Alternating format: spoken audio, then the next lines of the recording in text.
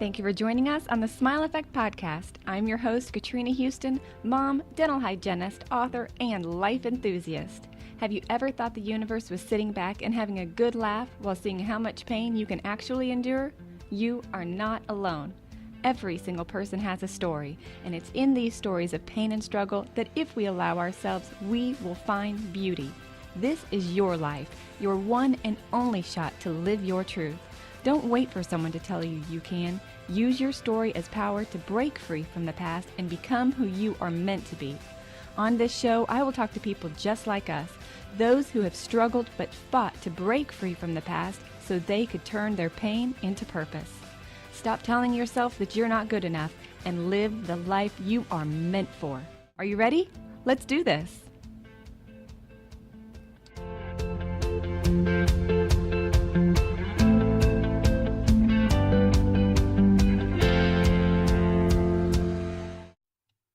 Welcome back to another episode of The Smile Effect. Guys, it is episode 10. I cannot even begin to tell you how excited I am. So for this episode, I have a really special guest, and I'm a little giddy about it and slightly nervous, but more excited than anything. When I was a young girl, I wanted more than anything to be a marine biologist. But I lived smack dab in the middle of the country in southeast Kansas, and in my mind, there was no way that I could do that. I know better now, but I didn't really have the resources, the funds, or the support to really make that come true. So now I like to live vicariously through other people. I follow a lot of people on Instagram, and I try to do my part in ocean conservation. So without further ado, let's go to the interview. Dr. Vaughan, thank you so much for being here. It's a pleasure to be on this podcast. I have read and listened to so many of your videos that I feel like I already know you. You have a lot of stuff out there. I do, and it started off with I hate to say it, but I'm proud of it. The AARP video, which Yeah. For those of you who are not old enough, it's the American Association of Retired People, and that one went viral with many millions of viewers, and I think it was because it was at a time where people wanted to hear some good news and some hope. Well, we can never have too much of that, that is for sure. Has anyone ever told you that you have a really calming voice? No. Yeah, No, you they do. haven't. You're the first one. A few people have commented that I look like the deceased Robin Williams at one of his stages where he had a beard that was a little bit gray and a little bit brown and blonde. But you also sound like him. Oh, I do. Yeah. You don't hear your own voice Yeah. through the outside of your ears unless on a recording or on a show, and sometimes people are surprised at themselves. Yeah, that's for sure. So you have taken on a monumental project, but before we get to that, I want to get to know you a bit. So, Okay. Who were you as a kid? Did you always love the ocean? Did you have a moment when you knew that this is what you wanted to do for the rest of your life? I did, and it was at a very early age. It was between 11 and 13 years old, when a lot of times people's aunts or uncles or grandmothers would always ask you that dreaded question. So, what do you want to be when you grow up? And for many kids at that age, it's not the right question to be asking then. It should be asking, so what do you like to do? Mm-hmm. And I like to read about the ocean. I like to, I was enamored with the undersea world of Jacques Cousteau. I couldn't wait for the next week for that next show to be on. And I fell in love with basically the book that Jacques-Yves Cousteau wrote called The Silent World. And I knew that that's what I wanted to do. And luckily, my parents had a seashore home in Cape May County And I got to explore the ocean, the inlet, the lagoons, and from learning to use snorkel and fish and walk the beach, I just fell in love with the oceans. So much so that when everybody else was writing book reports on the typical thing, football heroes and World War II fighter pilots and things like that, which is what the guys did as a book report, I was doing book reports on sharks and corals and whales and divers and things like that. And I think my parents thought that it would be a growing phase. And I asked at 11 years old that I wanted to learn how to scuba dive. Now, this was back in the 1960s, and it's not when many people, even 20 years old, learned to scuba dive. And I think they thought it was, again, a passing phase, that next year I'd be on to something else. But my father finally knew when he walked down the basement and he caught me melting my, then it was lead instead of plastic, cowboy and Indian figurines and army figurines, and melting them down and making scuba weights out of them. And he thought, well, I guess he's hooked on this thing. He's not giving up. So he thought he would take me around to a few of the dive shops and let them tell me that I was too young. And that's what happened for almost one after another. And finally, the very last dive shop in the area, the guy was very big. He was about 280, 300 pounds, and he had a test pool there. He says, I'll scare him off, to my dad. He said, we'll let him, get in the water, and I'll do a checkout dive where, I challenge them to pull their mask off and put it back on, and the regulator, turn their ear off, spin them around, all those things. And he said, he'll be done. So I think I weighed, something crazy like 43 pounds, and so did a scuba tank at the time. And he said, well, there's the equipment, put it together. And I think he was astonished that I knew how to put it all together. I put it on and we got in the water, and he tossed me around, took my, regulator off and turned my air off. I turned it back on, spun me around, took my mask off. And finally, after a while, he came back up and I said, is that all you got? And he said, he's in. So I got certified as a diver at 13 years old. And again, I have to thank my father, who was a development officer for a university. And he was asked to raise a few $1 million to try to find land in the Caribbean for a marine laboratory. And he said, I'll try to raise the money, but if I raise the money, you have to take my son with you on the first expedition. And they kind of laughed, thinking that he wouldn't raise the money, but he did. And I got to do my first scientific expedition to look for corals in the U.S. Virgin Islands. And my job was to carry a small miner's hammer and a chisel. And, this would never happen today, but my job was to knock off large pieces of live coral, put it in the formalin jar, and send it back to the biology department at the university. Oh. And so when I came back to school after 13, the biology teachers and everybody asked me to give talks and slideshows on corals. And so I did. And I was head over heels, since that time. But I have to tell you that I have had, I'll call it a checkered past, because like anybody else, I didn't know whether I wanted to work with sharks or with corals. And then I thought I wanted to work with agriculture. And then I thought I wanted to work with hydroponics. And I found the two. I started working with underwater plants. I started working with seagrasses, and actually got my PhD from Rutgers University on the ecological value of seagrasses and the algae that is on it. And I then learned that there wasn't any jobs in seagrass biology at the time. But since I knew a lot about the algae that lived on it, I got a job raising algae for a clam and an oyster hatchery. And it turns out that if you can grow the nice nutritional algae that they like, as well as be okay in putting good water quality system to the oysters or the clams, they know how to grow themselves.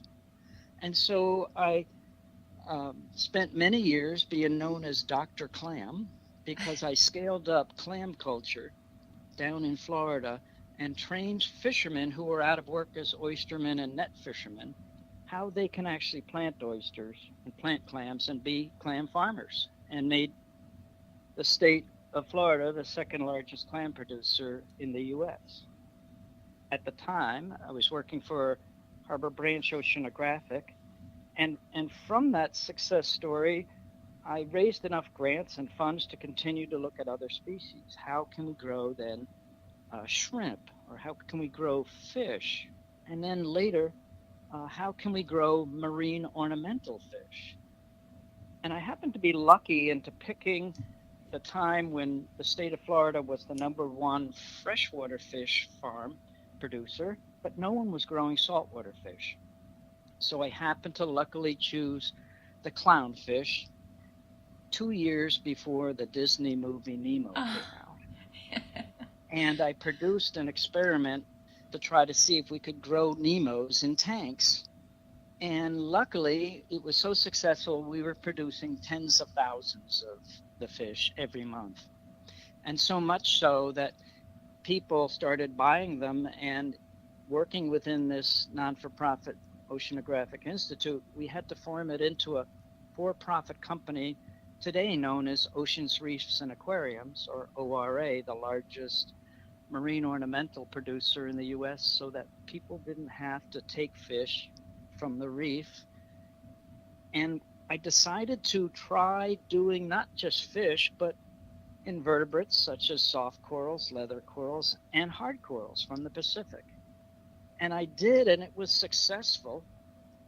And I started giving people tours of the facility, and I happened to have the chance to get a visit by the 2 grandchildren of Jacques Cousteau, that is Alexandra Cousteau and Philippe Cousteau. And so, as you can tell, I was so enamored by the Cousteau family growing up that when they saw the clam hatchery, they loved it. The shrimp hatchery, they loved it. The fish hatchery, they loved it. The Nemo ornamentals, they loved it. And when I showed them the coral greenhouse, Philippe looked down on the ground and shook his head no and said, "Dave, you don't get it, do you?" And I was so disappointed because I said, "What's the matter? These are so many corals now not coming from the reef to go to people's reef aquaria." And he got a big smile on his face. His eyes got real big. And he said, "Dave, if you could do this for corals, you should be doing this for the reef, not the aquarium trade." Oh. And I did one of those, oh my goodness, I should have had a V8. I should have gone to a Holiday Inn Express last night, because I never thought of it. So to make a long story short, I left my job of 78 people, and Philippe Cousteau and I started the first international coral restoration initiative. And what was that like? We're growing corals for the reef. What is that like, working with your idol? That's incredible. I pinch myself now and then. Yeah, so we had a few bumps in the road in the production. We had a hurricane that destroyed the first warehouse where we were growing corals, and Philippe decided to go to Washington, D.C. and start Earth Echo International and be the ocean reporter for some of the TV and Discovery shows and nature shows. And I decided to work for Mote Marine Lab in the Florida Keys and grow corals. And so I work with Philippe now since I've retired from Mote, and we're working on projects in the Red Sea and other places. But I'm working on my own project now called Plant a Million Corals, because as of that AARP video, I made the statement that I'm really not going to retire until I plant 1 million corals. Yeah, let me ask you about that, because you could easily retire and lay on the beach and have a drink in your hand and live happily ever after, but you're not quitting. You're on a mission. Why are you so passionate about this? Is it, they say if you do what you love, you never work a day in your life. I am guessing that's exactly what it's like for you. That is true, but it had a double effect. I actually since I had been doing aquaculture and a lot of work with mollusks, clams and oysters and shellfish like shrimp and so on. And I hadn't really been paying attention to the plight of corals in the natural reef environment. And when I started working on reef restoration, I started doing my homework to see what the status of the reefs were. And I started to become what I call the man who knew too much. And I knew too much because I started reading and seeing the surveys that most of the public didn't see of how bad things were getting underwater and out of sight for our coral reefs. And I started looking at what are the ways that I could help. And I knew that it wasn't the typical 10 things everybody guessed about. It might be some pollution, it might be some African dust, or it may be, too many divers or this or that. But it turns out it's the top three. We've been changing the climate for the oceans, and oceans are not used to such a temperature change. And when corals get high in temperatures, they actually lose the algal plant that gives them the color. The bleaching. It's called bleaching because they actually look white. You're actually now seeing through the colorless animal to the white skeleton that it produces that makes the coral reef its home. And so we now know that high temperatures, therefore climate change, and bleaching and diseases are all tied together because the algae actually uses sunlight like any plant and photosynthesizes, puts off oxygen, and gives some of its energy to itself and to the coral and to microbes that live on the outside mucus of the corals that are, in fact, their immune system. Those bacteria, once they're getting that energy from the algae, produce a natural occurring antibiotic, and it keeps away diseases from off of the corals. And so when we get high temperatures, we actually get bleaching, and we get bleaching, we lose the immune system, and the diseases that may be there all the time are now more susceptible by the corals. And so I saw that we were a real dire strait, and the corals, like the polar bear, are just the first few animals showing the stress of climate change. But because the corals were underwater, most people didn't even know why they're important and that they were having trouble. So I actually almost turned my job to looking at sustainable energy so that we wouldn't have to burn so much fossil fuels, so that in the end run, the corals would be the benefit of it. However, I found out that there are hundreds, if not thousands of people looking for this wonderful thing of sustainable alternatives to energy than burning the fossil fuels from millions of years in just the last couple of decades or centuries. And so I thought I'm best focused on keeping the corals alive. And at one point I decided, let's try to scale this up. And that became the second part of the story that got me so excited that I couldn't retire no matter how old I was. I think I know where you're headed with this. And because when I was reading about you and listening to your TEDx, and I was thinking, man, this is fantastic. He's figured out a way to, grow this at an incredible rate. But is it sustainable if humans don't change the way that we live? And you figured something out. Yes, I figured out that even though, especially in the United States, we've lost probably in some cases, 80-90% of our hard coral cover. Around the world, we lost 40 to 50% worldwide. And that it is a scenario that in the past, when temperatures around the planet slowly got up and corals were able to slowly evolve and become more and more resistant to conditions. But that took tens of thousands of years. We've changed the water temperatures mostly in just the past 2 decades. In fact, the top 12 of the last 14 years are the hottest on record. In the top 12 of the last 14 years, we've had coral bleaching, which was thought to be a once in 100-year event.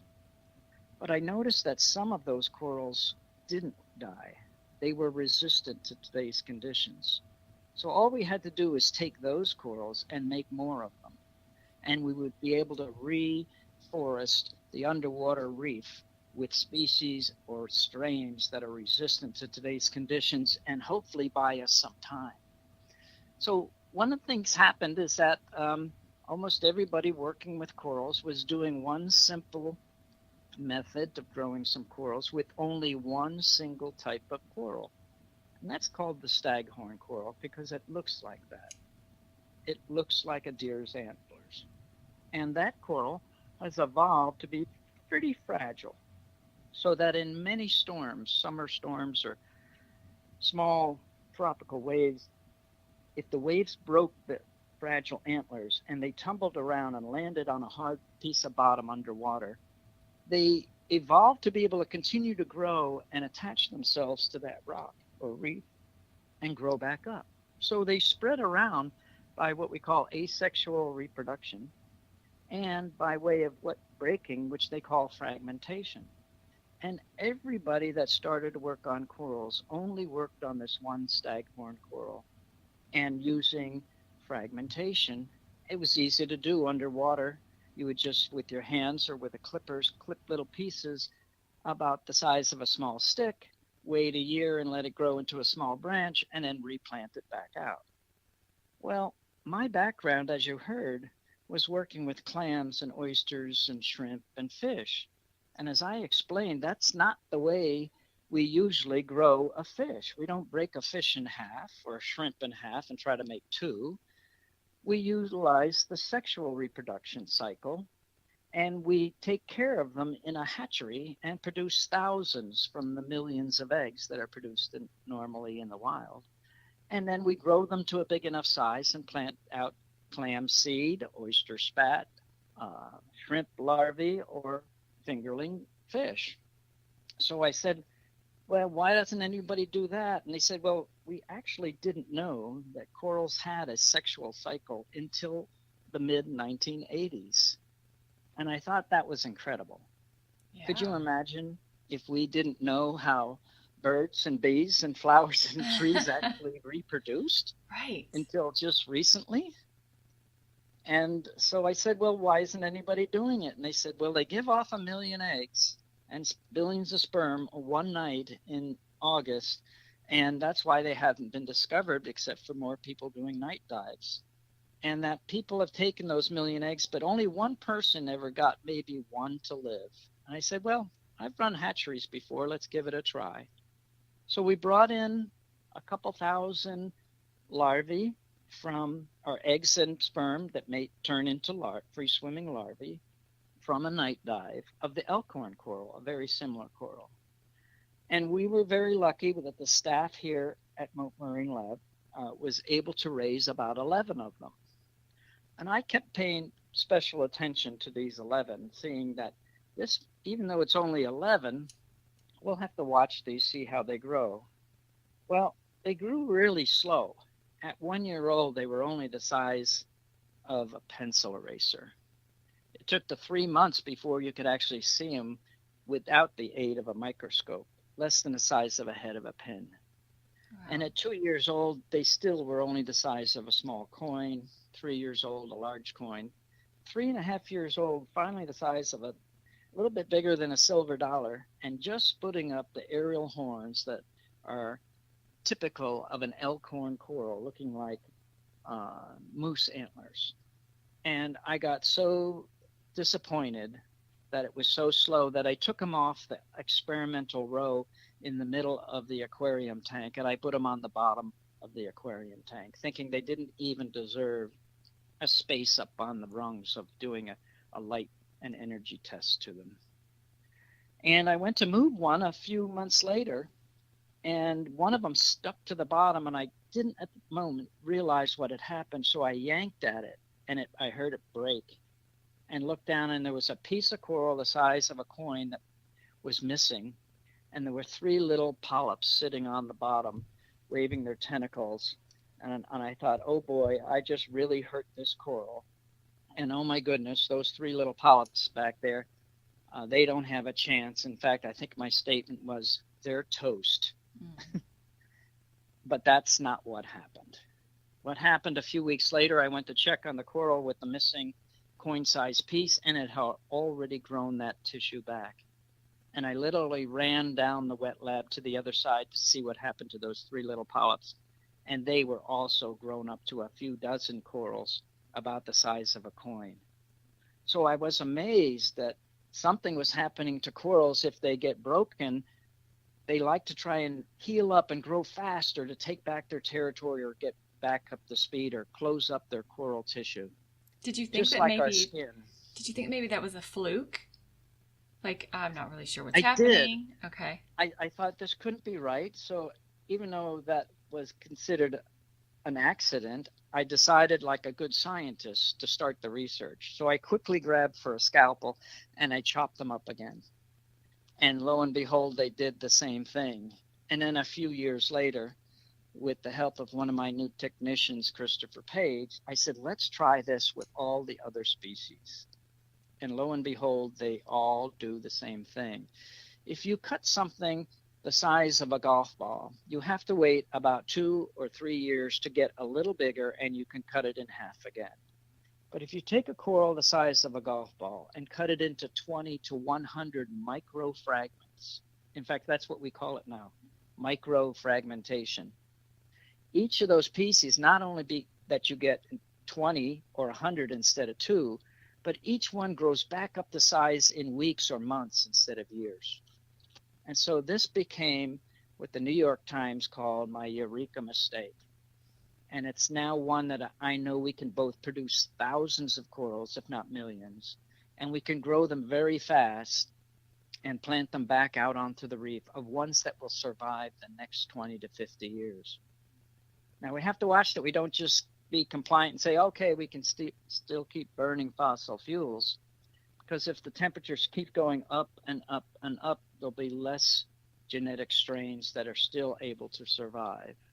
So we have to take this as a warning that we can reforest the ecological function of the underwater reef, but we have some time to now change our habits of easily and cheaply burning all the fossil fuels that were stored over hundreds of thousands of years from carbon fixing organisms such as algae and ferns and trees and such. So for that coral that is bleaching, were you able to reproduce that? Because I know that you said there were some coral, like the staghorn, it wasn't dying off like some of the others. Yes, what we're able to do is take the small percent of the corals that have not died or did not bleach and die, and we take those and we're making more of them. In addition, we're trying some other things. We're now trying to figure out if we can actually make a reproductive corals of, let's say, 2 of our best and get them to cross, just like if you were a tomato farmer and you had one tomato, let's say, that was got red and ripe really fast but stayed small, and you had another one that got really big fast but did not ripen very well. But you cross the 2 of them and you might get some that stay small, don't ripen and turn red, but some that grow fast and ripen up nice and colorful. You take some of those and make more. And it's not really genetic modification. It's what we've been doing with organisms well before genetic modification happened. It's just selecting the best of Mother Nature and making more of those. So like the accidental discovery of penicillin, you are, with your eureka moment, you're changing the trajectory of Earth's climate. How does that feel? Well, at the time, I didn't realize all the ramifications until 2 things. When we started making more, and when we started making more with all the other species, and it works for them all. But there's one more aha moment that we found out later on, and that is that we started, usually we grow corals in what looks like a tank about the size of a ping pong table. It's about 4 feet wide, about 8 feet long, like a sheet of plywood that has 1 foot sides, so we put about 10 inches of water in it. And we can usually handle about 1,000 corals in a tank. And we used to know that when we put corals in a tank, we used to place them about 2 to 3 inches apart. Because corals do not like to touch each other. They don't like to touch each other because they think that it's another coral trying to grow over the top of them. And so in most cases, if they touch another coral, they will start to sting it and try to kill it. There'll literally be a slow motion coral war going on. And what happened is we started cutting corals and they were growing faster than we can actually make tanks. And so usually we had 1 or 2 years before the coral would grow close to each other. And by then we could order another tank. Now we were cutting the pieces into 20 to 100 new ones. So we were needing 20 to 30 more tanks every few months. And so we started placing the corals close in each tank, too close for comfort, for normal operations. And then we noticed something unusual was happening. We noticed that the corals were touching because we had them too close and they were growing too fast, but they were not fighting or killing each other. Then we realized all those corals close together were from the same parental piece. That is, they were essentially twins or all triplets or clones. And so when they were touching each other, they actually recognized each other as themselves and thought, oh, this is part of my coral head. I don't want to sting that. That's me. And so they actually fuse together. They actually grow towards each other. When they touch, they still make a new skeleton underneath, and they literally fuse back up. That's incredible. So we've taken this new technique, and every time we cut a coral, let's say into 20 pieces, we code it on the bottom with a number and a letter. And then when we go to plant those out, we plant them all together. So we might take 20 corals and plant them on a dead coral head about the size of a basketball. And the size of a basketball, we put an array of these 20 pieces. It kind of looks like a pepperoni pizza. And within a few months, they start growing. And within a year or two, they start touching. And by 2 years or 3 years old, they have fused back to a coral head the size of a basketball or a large pizza. And that would have been a 25 to 75-year-old coral. And we did it in just a couple of years. Wow. So this is incredible now. We have regretfully no shortage of dead coral heads out there. They may have taken 50, 100, some the size of a small car would be 200 to 300 years old. And we plant 200 or 300 like clone pieces on it. And we literally bring a 250-year-old coral head back to life in just 2.5 years. So we can bring back the existing coral reef that has built up over time and the skin and reskin new live tissue on an old dead coral skeleton. So this is incredible. And this is what drives me to continue to show people around the world that we can start to do this everywhere. We can make hundreds, if not thousands, if not millions of corals. We can plant them back out and reskin the surface of coral reefs that may have taken hundreds of years to grow, and we can do it in just the next few years. So now you can see the excitement of what drives me forward and trying to tell people this new good news, this vision of hope for our coral reefs. And if we can do this for corals, we can do this for a lot of things. And we can hopefully stop the problem in the next number of years by solving what is causing the problem, which is excess fossil fuels being turned into atmosphere, and eventually they change the chemistry of our planet, they change the temperature and even climate of our planet, and they also change both the pH and the temperature of our waters of our oceans. I'd like you to educate us for a second. Aside from acting as a buffer for the coastline erosion and being the most diverse ecosystem on the planet, tell us, how crucial is coral to our survival? Well, like on many people who work in the sea realize that the ocean, this is really been mislabeled planet Earth, because 2/3, 70-something% of our planet is oceans. It really should have been called Ocean Planet rather than Earth Planet. And most people, when they know of photosynthesis, the energy of the sun causing the chlorophyll in green plants to produce oxygen as a byproduct, they think of the forest and the trees. But actually, 2/3 of all of our oxygen we breathe is coming from the oceans. Now, it's coming from places like phytoplankton, little tiny algae, seaweeds, seagrasses, as well as the algae that's inside our ocean, inside our corals. Now, our corals may be, not the major part of the oxygen, but they are their major part of keeping most of the other organisms alive. And as we found out with places like Yellowstone, if you kill the top predator of the wolf or the coyote, you actually change the ecosystem. So if we lose our coral reefs, we not only lose some of the oxygen that they're producing, but the hundreds, if not thousands, of species that depend on the coral reef for their livelihood.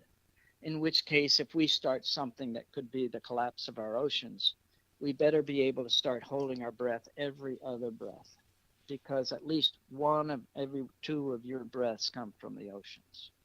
So literally, life on our planet is really fragile.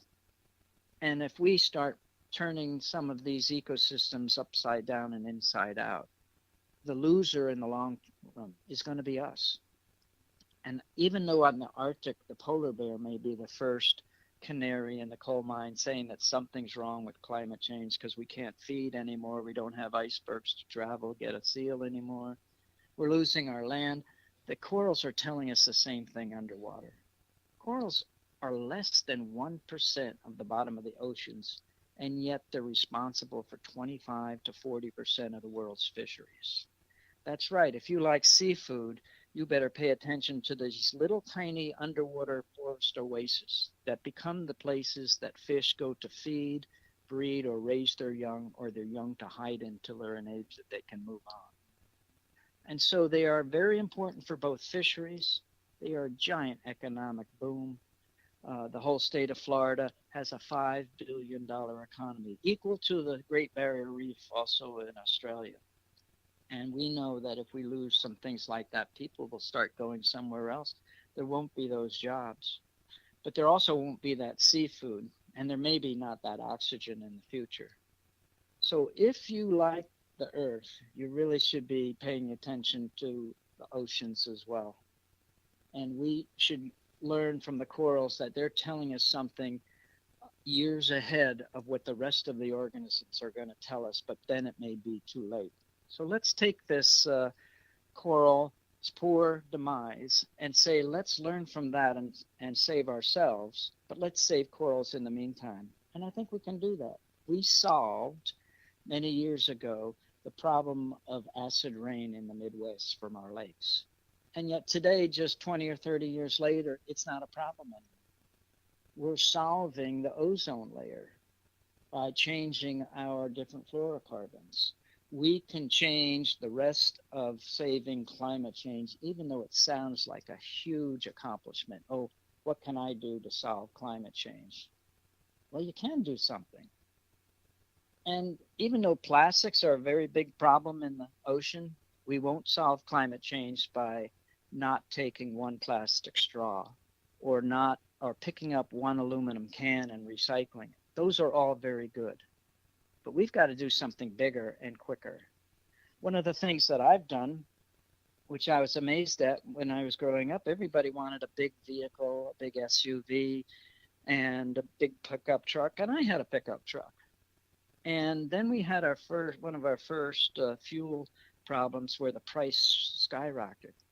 I switched from a pickup truck to a hybrid vehicle, and I went from having 14 miles per gallon to 35 miles per gallon. So I'm now using 1/3 less of the petroleum, and everybody could do that. Regretfully, our price of fuel is still low. And I look out there today and I think I'm seeing more large large vehicles and more pickup trucks and more SUVs.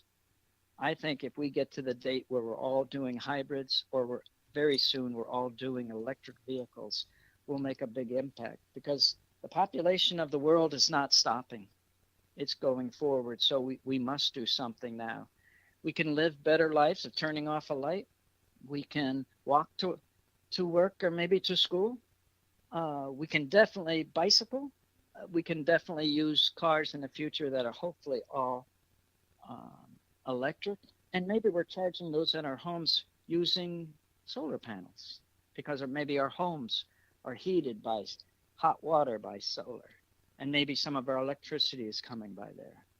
And we start to make all of those changes, eating better with less dependency on fertilizers and less dependency on the number of acres it takes to keep somebody alive. And I think put all those together, and we've got some hope, and we've got a good news planet. So let's look at corals as not the, oh boy, we all need a place to go hide because we know too much of how bad the corals are. But let's learn about the corals, of how good they are and how we can make a difference like we did on land.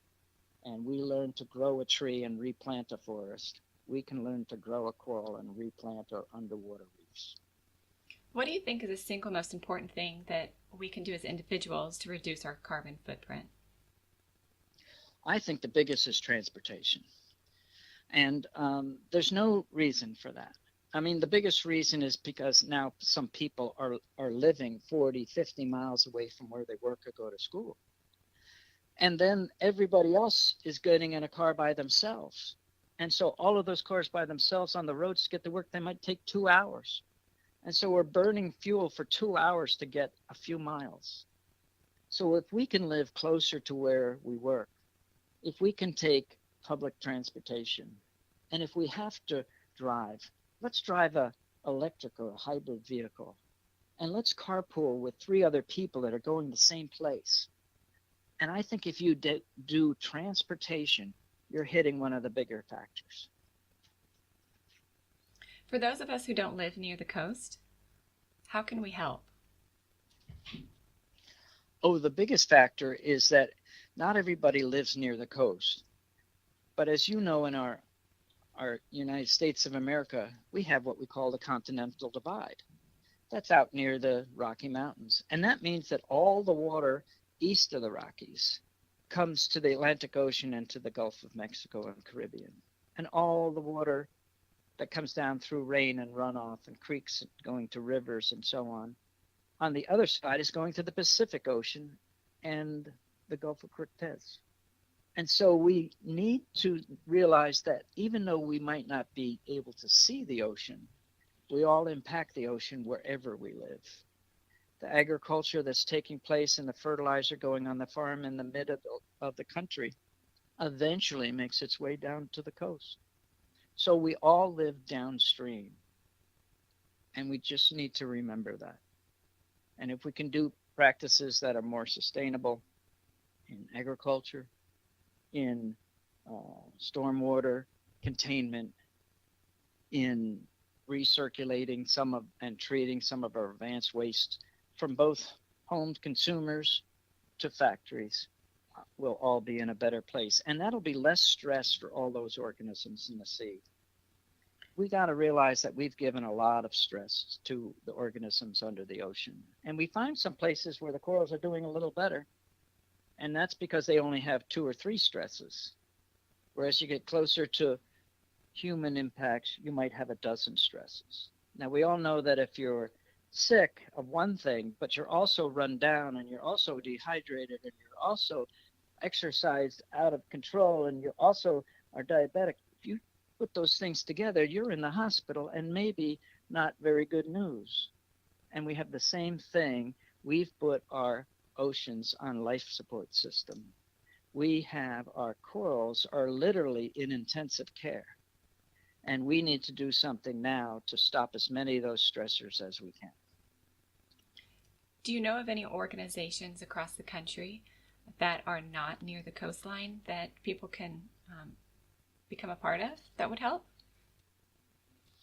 I think you just look at any of the ones, and there's many, many non-for-profits. There's many organizations that do something, and it doesn't matter whether it's a Sierra Club that is helping things upstream in a in a mountain where it might have a salmon stream, or whether it's a prairie conservation program, or the World Wildlife or the Nature Conservancy. It really doesn't matter.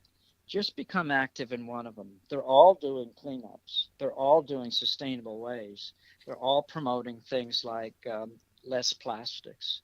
And so all of those put together, the organizations may be different, their names may be in a different location, but they're all putting us into one team to realize that we're not a person from the Florida Keys and we're not a person from the mountains. We're earthlings here.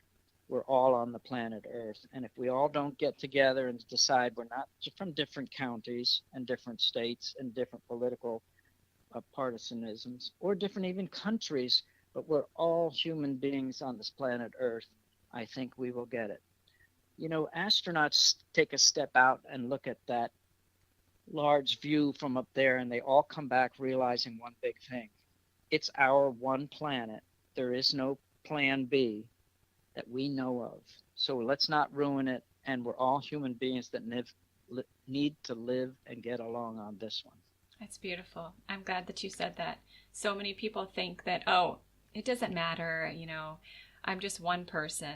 I won't have any effect on the earth, but every single person makes a huge impact on the earth, and teaching our kids at a young age is crucial. Do you think that society as a whole is starting to get the big picture? Yes, I do. And the best thing to do is just to look at the young people. You know, they've sort of had it with us. They're actually disappointed that we got our economic boom based on the exploitations of everybody's resources. And what are we giving them? Exploited resources, and maybe not even as good a chance to get a step ahead. But they're willing, if you ask them, almost all of them have some sort of environmental cause, and they put that ahead of any political cause. And that is, I think, very assuring that all we have to do is get out of the way, give some good information and experience to the young, and I think they're going to make it better. I agree. Your goal is to plant 1 million coral worldwide. So where are you at with your goal? Well, that's a good question, and a lot of people are disappointed when I tell them the number where I am today. But I have to tell you that I started back in 2005. And in 2005, it took me 6 years to produce the first 600. And then the next day, when we learned microfragmentation, we produced another 600 in one day. And so now I just retired from Moat Marine Lab, where we planted almost 60,000 corals.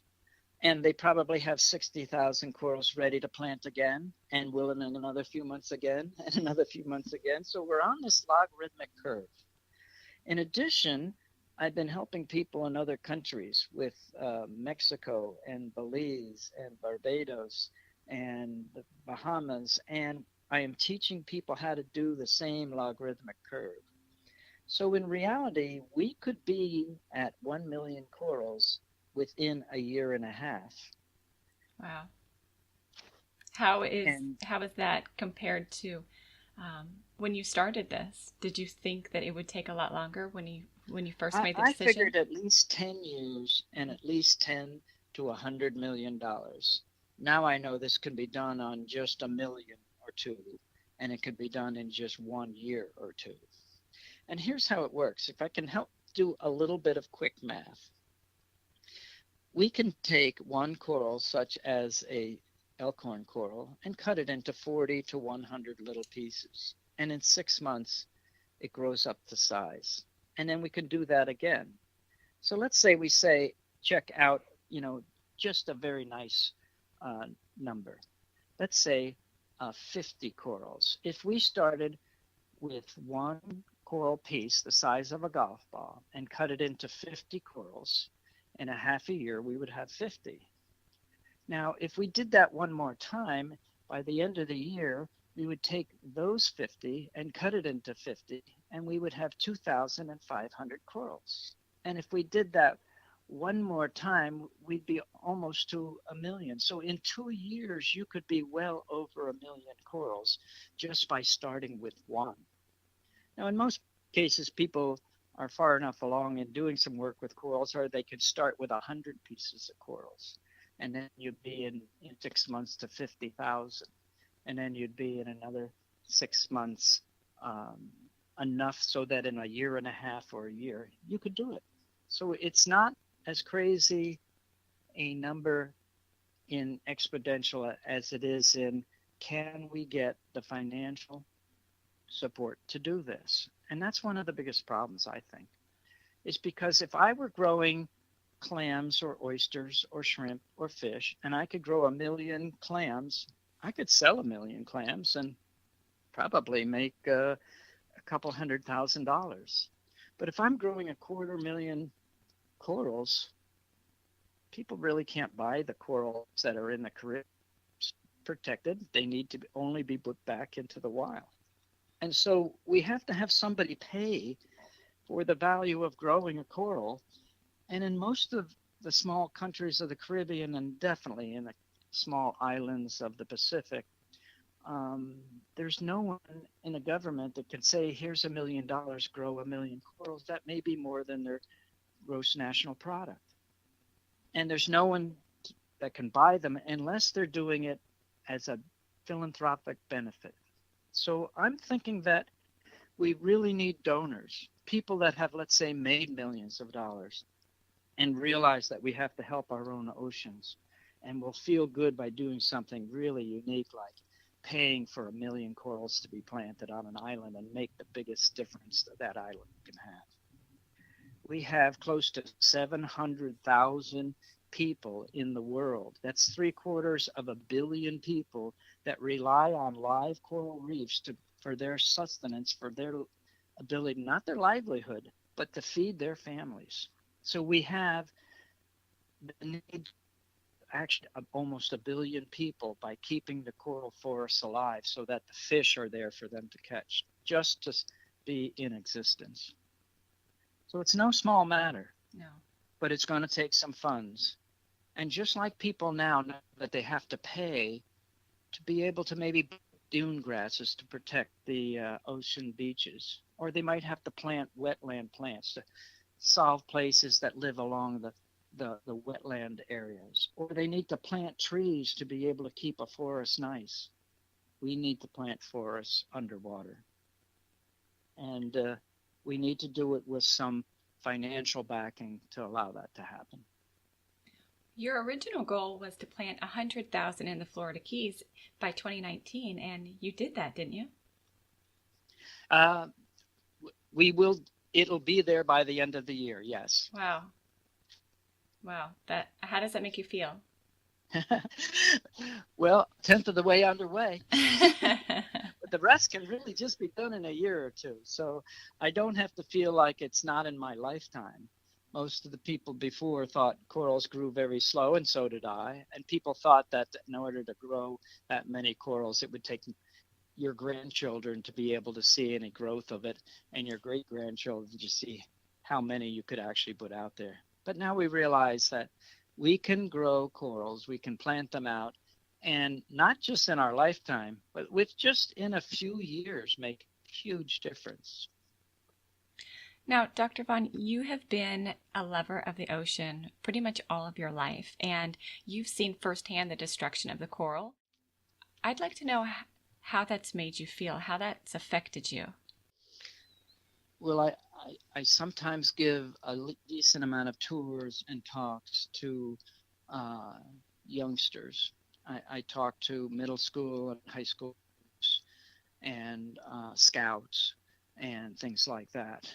And it hurts me to explain what I saw when I was diving at their age, a forest full of Elkhorn and Staghorn corals that you couldn't even see the bottom because it was 70% coral cover. and now a good reef is 7% coral cover. And I'm embarrassed to admit that when they learn to go out and they see a few colored fish and a few colored soft corals, and they come out and say it's beautiful, and I'm giving off a shed of tears because how it looked compared to when I was growing up. And then I feel bad in explaining what we're turning over to them of our watch of this beautiful planet. This Garden of Eden, we've literally destroyed. And so I apologize, but then I tell them that there is hope and there are techniques. We have ruined this because of technology without looking at the natural ecosystem. We can use now new technologies to repair that ecosystem, and they're going to be the generation to help. I love that you're doing that. We have to focus on our younger generation for sure. So this is not an easy task, obviously, which you're undertaking. How is it that you find the strength and the motivation to keep going? Oh, that's a good question. Well, like you started off the question, is if you love what you're doing, then you've never gone to do a day's work. So I love what I'm doing. I am enamored by walking through a forest. I am enamored by, seeing something that nature or geology on this planet has done. And I'm also just as disappointed when I see an area of industrial places that do not look like what the Garden of Eden that we've been given. And so I guess I'm energized by let's make it better. And I was the man who knew too much of how bad things were getting. And now I'm the man who knew too much of how to make it better.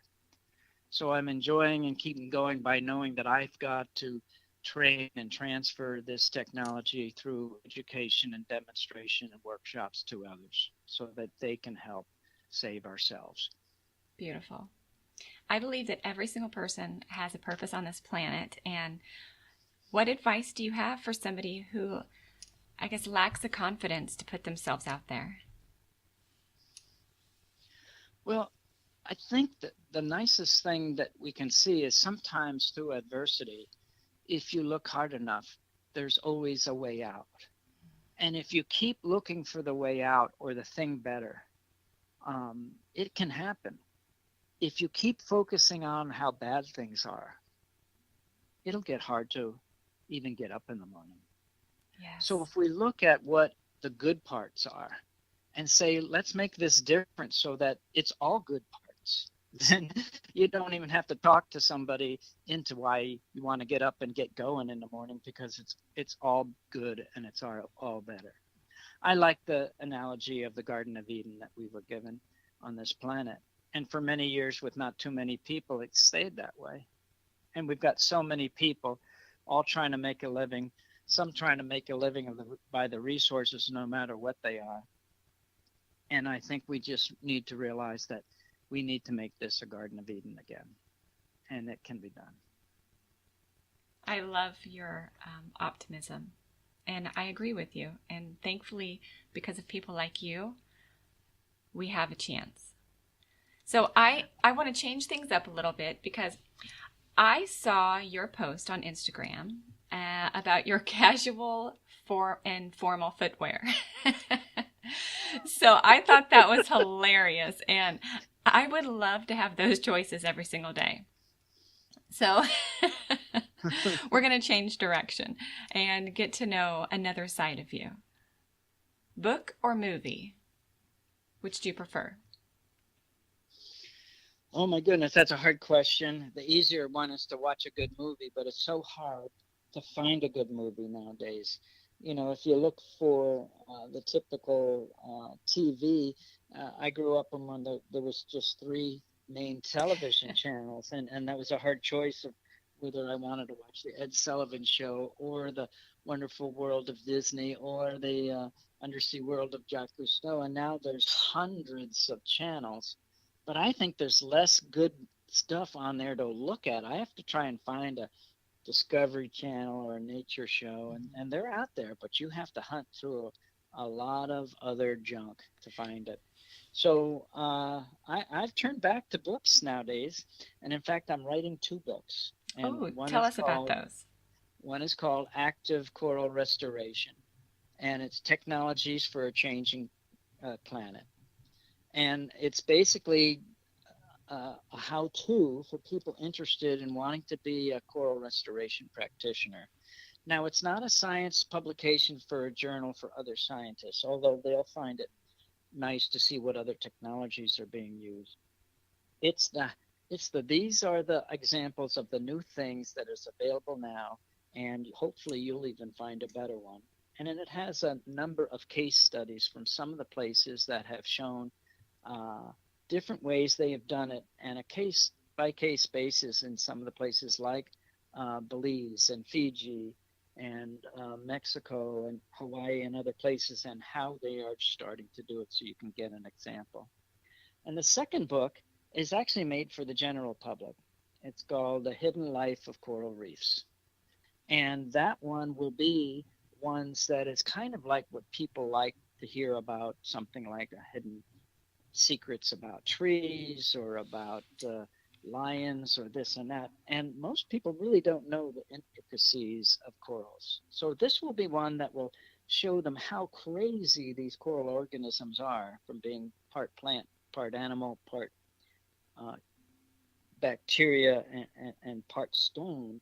And yet how crazy things like how they breed and how they smell and how they find their way home is, and a little bit about what we're doing with them and how some of this new technology can be a glimmer of hope. When will those books be ready? Hopefully early summer 2019, this summer. Awesome. A lot of people have a hard time writing one book, and you're writing 2 at the same time. Yes. Have you ever thought about writing a book geared towards our younger generation? Yes, yeah. I've talked to a few people who have done children's books and even comic books, and they think that this is ripe for, a couple stories in that realm. But I think I'll have to wait till I finish these 2 books. Yeah. Yeah, that's probably a good idea. So with all the incredible life forms in the ocean, what are your top 3?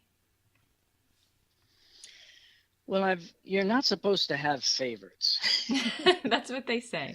But I definitely have a favorite coral, and that's the Elkhorn coral. And that's maybe because it's the one that I first did the first test tube babies with and broke, and was the aha moment. And it's such a majestic coral that it was one of the first ones to go on the endangered species list for the United States. But I think it's the first one that can come back off. And one of my goals is to produce enough Elkhorn corals that we take it off the endangered species list in my lifetime. The other organisms, I really am enamored still with seagrasses. They are an underwater vascular plant. That means they have true leaves, roots, and stems. They actually produce flowers and pollinate, even though it's a waterborne pollen. And they evolved on land and then re-migrated back to the ocean. So they're surviving underwater as a vascular higher plant, not an algae as we're usually used to. And they grow a lot of small microscopic algae on their leaves. And that becomes, each leaf is a little microcosm, almost like Horton Hears a Who land in Whoville on each speck. And so the leaves, once they get so much algae and community on it, they break off and they float off. So it's like sending out missiles to the rest of the world where those organisms can be used, eaten, or progress. So it's like what people think of as something coming from another planet, but it's being sent around to different parts of the ocean. I've really fallen in love with the octopus, and only because I had one as a pet for so long. You had an octopus as a pet? So smart. Yes. Who has an octopus as a pet? How old were you? Oh no, that was I already had my PhD. Okay. I was going to say your parents bought you an octopus. No, but they are so smart. They get used to their owner. And if I would walk in the door, he would wave. And if behind me came a stranger, they would know that it wasn't my family, and they would freeze up or change color or hide. Really? They would recognize people. They knew who I was, my wife was, and our close friends were. And he liked crabs best, but sometimes in some part of the year I couldn't catch live crabs, so I would chop up pieces of frozen clam to give him, and he would eat that. But then if I did get a couple of crabs, and just a few, they'd be in there hiding and he couldn't get them. So he would pick up the piece of clam. He would pick up a clam shell, a big clam shell, and hide behind it as if it was his shell. And he would take one arm or tentacle and he would dangle, like holding it between his tentacles, a piece of the clam until a crab came up to eat the clam. Then he would reach over the top of the clam shell with his other tentacle and grab the crab and eat it. So did you appreciate the depiction of the octopus in Finding Dory? I haven't seen Finding Dory. You're going to have to watch it just for the octopus. It's hilarious. It's a good character. I'll have to see that. A lot of people knew that I was very lucky in growing clownfish right before Nemo. And they said, well, what your other mistake should have been, Dr. Vaughan, is you should have also grown Dory. Well, I hope I'm not known as the guy who didn't grow Dory. No, I don't think so. Because you are now known as Dr. Coral, right? That's right. That's right.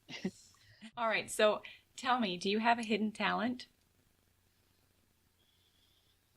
I like a lot of things. I still scuba dive. I've had thousands of dives. I still surf. I still sail. I wouldn't call those talents. It's just more that I like still doing it. I worked in oysters for so long that I could tell you in my heyday, if we went to a restaurant and somebody said, where are these oysters from? I say, well, just hand me one of the shells. And I'd look at the shell and I'd say, well, this is from Apalachicola, Panhandle of Florida at mile marker 20. I would say that's a talent. You'd be fun to take out to dinner. What's the most beautiful place that you've ever been, or one of your favorite places to dive? Ooh, those are two different questions. One of my favorite places to go to, I think, is beautiful, is Costa Rica. And I am affiliated with a coral restoration program there called Raising Coral. So you might have seen the movie called Chasing Corals, which is kind of the wonderful one on Netflix that told people how bad things were. But each of those guys on that movie I know, and they've done a great job in alerting people to the problem. But this company wanted to let people know there's hope, and they called their program Raising Coral. And that's in Costa Rica. And I love the whole place to walk in the rainforest as well as, to actually dive there. But diving the Red Sea is one of the most beautiful places to dive in. Wow. Well, I absolutely appreciate you taking the time to be with us today. I know that you are traveling the world and educating so many people, and you taking the time out of that busy schedule to be with us really means a lot. Oh, it's been my pleasure. And Dr. Vaughan, anything that we can do to help spread the word, that's absolutely what I'm going to try and do with this podcast, because you need all the help that you can get. You're only one person, and that's a big world out there. That sounds good. Well, my effort is actually the name of our website as well. It's Plant a Million Corals, who would have thought? And so we're starting a foundation as well called Plant a Million Corals Foundation. So people can keep track of me through those websites. Okay. Is there any other way for people to connect you, or would you prefer them to go to the website? They can go to the website. Yeah. You also have an Instagram, don't you? I do, yes. I think it's Dr. David E. Vaughan. David E. Okay. And a Facebook page under that same name. All right. Thanks again. Okay, thank you. Bye-bye. Wow. That is all I can say. How incredible is Dr. Vaughan? I mean, what he is doing takes so much strength and passion and resilience. And if he can do this, why can't we make our dreams come true? I definitely believe I'm going to have Dr. Vaughan back for a second interview. He's working on some big things, and we definitely want to have him back and see how that went. But in the meantime, let's do our part in saving our planet. You may feel like you're just one small little insignificant person, but every single person on this planet matters. How you live affects our planet, and whether or not you make your dreams a reality, it makes a difference for the rest of us too. You're not just holding yourself back, but you're holding the planet back. Imagine what would be going on with our ocean if Dr. Vaughan didn't believe in what he was doing. He doesn't have to do this. He could totally have retired. But I sure am grateful for him, and I hope that you guys will follow him on social media and follow his cause and share this interview and share what he's doing, because the more people to get involved, the more Dr. Vaughan's going to be able to help. Until next time, do your part in creating the smile effect.